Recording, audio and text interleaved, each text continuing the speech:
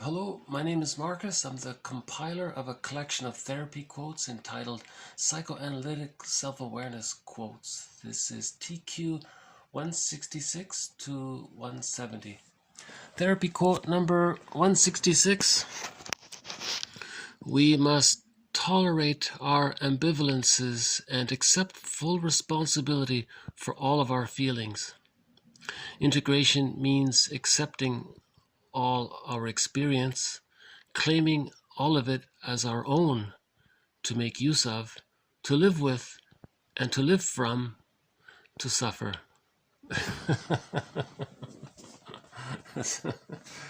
She had quite a way to get that in there, right?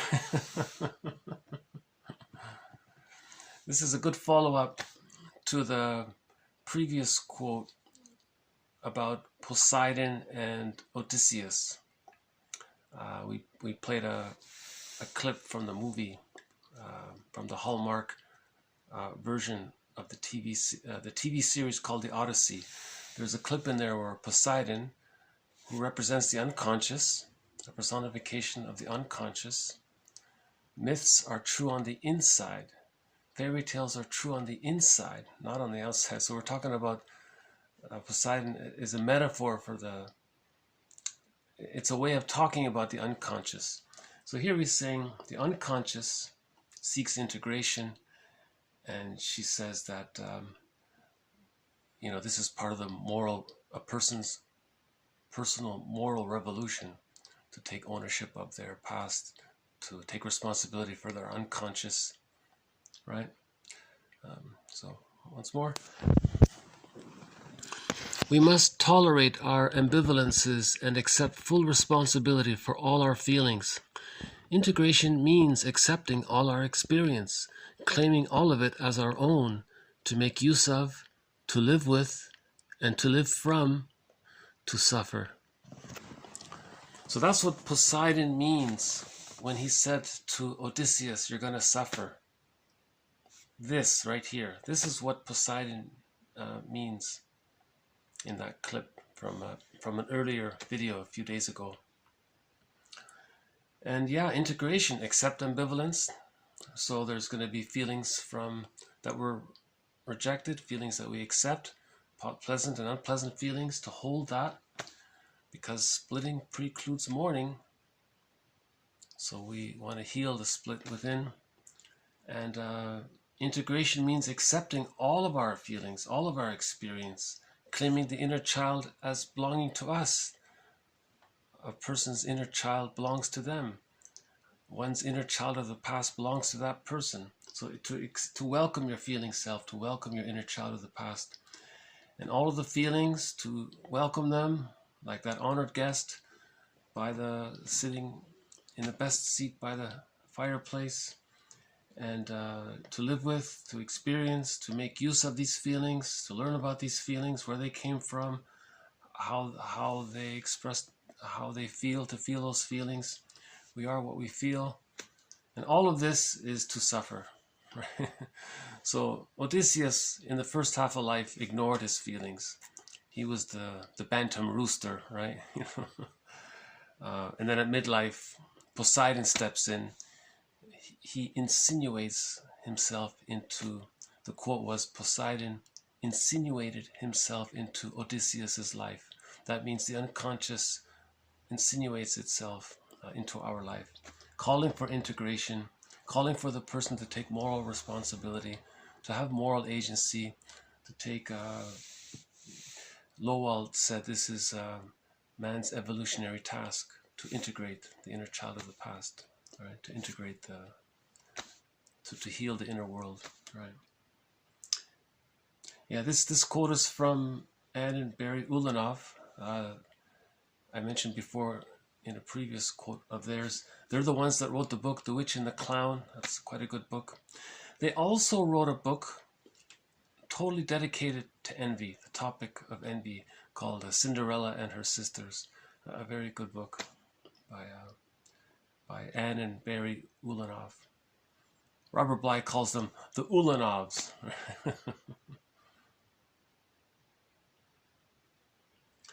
Okay. So next is TQ 167. Solitude, or being alone in a foreign country, might be an attempt to break free from a symbiotic psychic fixation attachment to an internal Jocasta mother. So that's a paraphrase of something Masterson said in one of his books in relation to one of his clients. Masterson said this in relation to his discussion regarding a famous novelist and his novels. But I forgot which one at the moment. It might have been Thomas Wolfe or another one. In one of his books called The Real Self, there's a book called The Search for the Real Self. That's the one for the general public. A prior publication was called The Real Self. In that one, yeah, and also in The Search for the Real Self, I think he has it in both.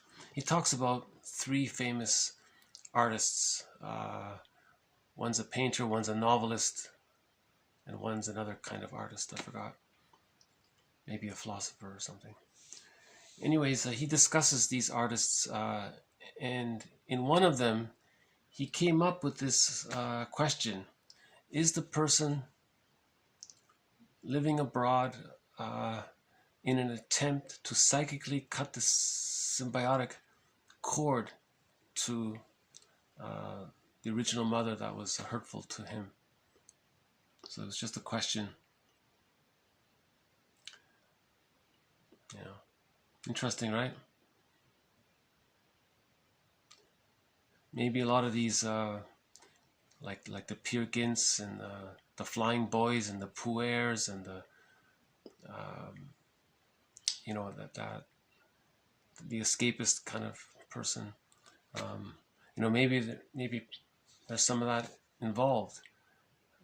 A lot of Puers, we call them mama's sons, mama boys.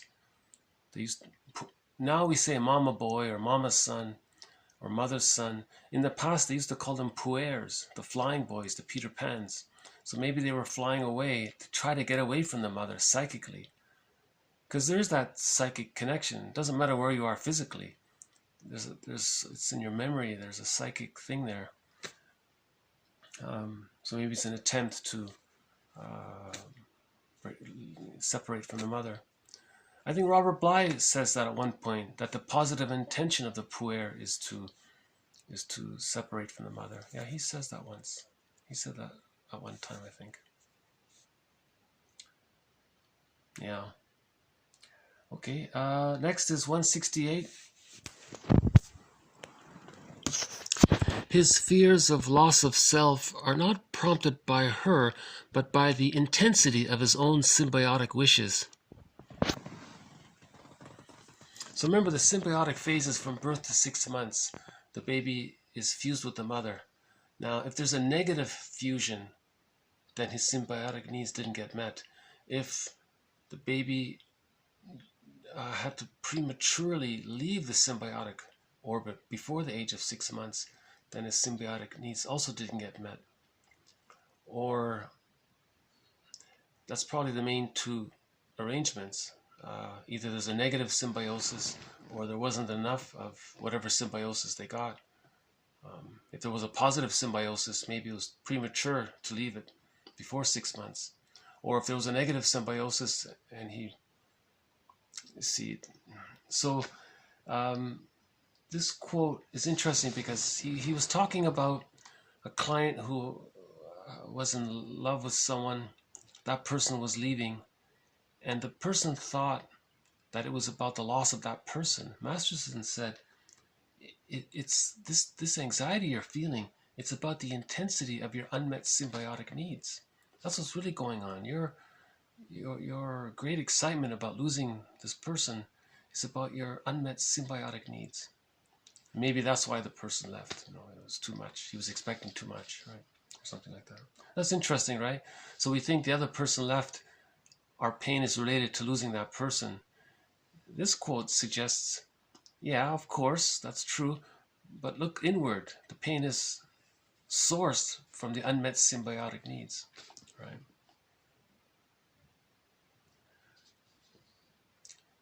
See, romantic love is very much about symbiosis, being one with the person and all that. So if that person leaves, your focus is on that person. But the pain, what you're missing is the unmet symbiotic needs. There was the hope to get your symbiotic needs met. Maybe that's the pain is sourced under there, really. But it's we associate it with the lost person, right? So there's a little distinction there. 169. He goes into a spontaneous trance. Facial expressions become fixed. He seems to gaze off into the distance, clicking into his survival mode and allowing the world to wash past him. So that's sort of the daydreamer, you know, the kid at school is staring out the window the whole time. Maybe he's experiencing school shock. Maybe he's overwhelmed for whatever reason. So I include this to the collection we have up to this point already regarding the symptom of trauma. So Bromberg says trauma is an emotional tsunami, and the after effects of it, he calls the shadow of it, and he had a long list of phrases, and we've been adding phrases all along. Now I think we can add another phrase or another description of the shadow of an emotional tsunami, which is how the person goes into a spontaneous daydream trance. It's not a total trance. It's like a mild trance-like state. He's still there. He's just daydreaming. He's just basically daydreaming, and his expression is, you know, he's fixed. Maybe it's like highway hypnosis. He's just lost in thought or something, and he's gazing off into the distance, you know, to not feel the pain. His mind is elsewhere, and that's his survival mode. So under stress, there's the flight, fight, or freeze mode. So in the freeze mode, the mind flights, right, as well. Allowing the world to wash past him. So he's just not even listening to the teacher, not listening to what's being said in the classroom, right? You know, maybe trains sort of induce that. If you're sitting on a train and you got that rocking motion, it's sort of hypnotic, and then you're staring out the window. So one more, it's a short one, 170. Only the true self can be creative and let a person feel real. So Masterson calls it the real self. Winnicott calls it the true self. So when we reach whole object relations, integrated the parts, synthesized the parts, accepted all of our experiences, then we can get in touch with the real self or the true self. And the capacities of the real self or the true self are described in a previous video by Masterson. And from there, there's creativity from the real self. And when there's creativity from the real self, then the person feels animated. He feels alive. His feeling self is in his body. So this feeling of feeling real and alive comes from connection to this real self, right? Otherwise, you're connected to the false defensive self, the grandiose self. It may be stimulating and exciting, but you still feel fake. Doesn't feel real, right? See, the false self is a defense against the hungry, enraged, empty self. You see, so if you're in the false self, although it's exciting, you're in defensive mode. So how do you feel? So you can't feel real if you're living from a fantasy, from a quasi delusion or something. Feeling real is after the morning, morning, after the morning, which comes from integrating the parts, Then there's whole object relations, Ubuntu, and the psychological birth of the self, the individuation, which leads to the real self, right? And then from the real self, we know the things that are unique for us, that we like, and that makes us feel alive coming from there, rather than the defensive self, right? I guess I'll just do a quick read through. We must tolerate our ambivalences and accept full responsibility for all of our feelings. Integration means accepting all of our experience, claiming all of it as our own, to make use of, to live with, and to live from, to suffer. Solitude, or being alone in a foreign country, might be an attempt to break free from a symbiotic psychic fixation attachment to an internal Jocasta mother. His fears of loss of self are not prompted by her, but by the intensity of his own symbiotic wishes. He goes into a spontaneous trance. Facial expressions become fixed.